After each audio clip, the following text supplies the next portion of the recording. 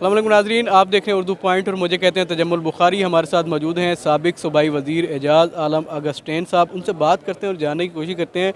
एजाज़ साहब बताइएगा, आपने इमरान ख़ान का साथ छोड़ दिया था और जो है उनके अदम एतमाद में उनके ख़िलाफ़ वोट दिया था। क्या वजूहात बनी, क्या ऐसा इशू बन गया था कि जो आप इस एक्सट्रीम लेवल पे चले गए?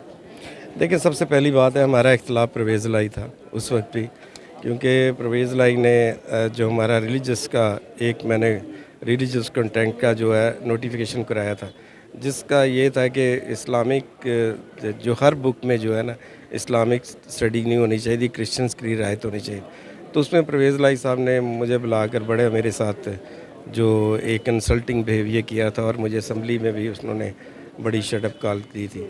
तो वो मेरा इख्तिलाफ़ था। मैंने ये बात प्राइम मिनिस्टर साहब से भी, हमारी क़यादत से भी की, इसके देखें कि इस तरह के लोग हमारे साथ होंगे तो मैं उनको वोट कभी भी नहीं दूंगा।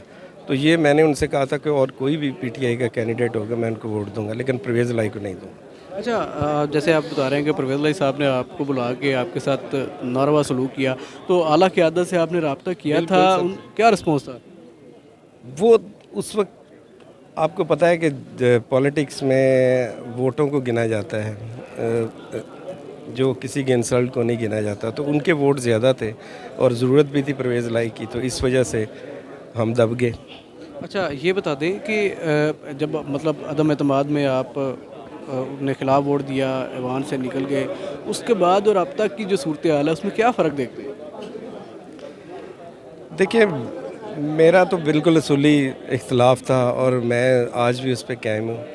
और लेकिन मैंने पार्टी के किसी शख्स के बारे में ना कोई कभी प्रेस कॉन्फ्रेंस की है, ना कभी किसी के बारे में कोई बात की है।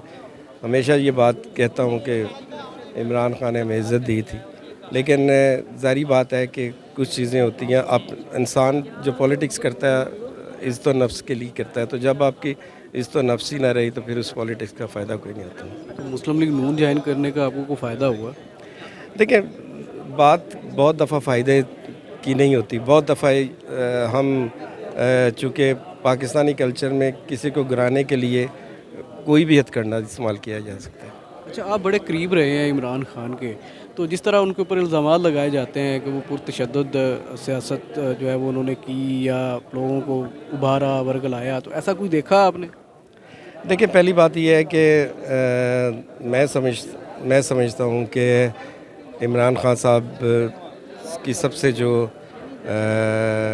गलत बात थी, वो पार्टी के फैसलों में लोगों की बात नहीं मानते थे। तो इस वजह से जो मैं समझता हूँ कि वो एक हमारी पार्टी की जो लीडरशिप है उनको भी ये इख्तिलाफ़ रहता था कि इमरान खान साहब किसी की बात सुनते नहीं थे, और अगर वो हमारे जो दूसरे लीडरान थे उनकी सुनते, मशावरत के साथ करते, तो शायद यहाँ तक बात ही ना पहुँचती। तो आपको क्या लगता है कि मुस्लिम लीग नून की जो क़यादत है, ये अपने जो कारकुनान हैं या देखिए, अपने जो आपने साथ लोग हैं मुझसे उनकी बात सुनते हैं? देखिए, मैं कंपैरिजन नहीं कर रहा। आपने सवाल तहरीक इंसाफ का पूछा, उसकी क्यों नहीं? कोई पूछता है नहीं पूछता, ये मेरा तो एक्शन ही नहीं है, ना मैं इस पे बात कर रहा हूँ।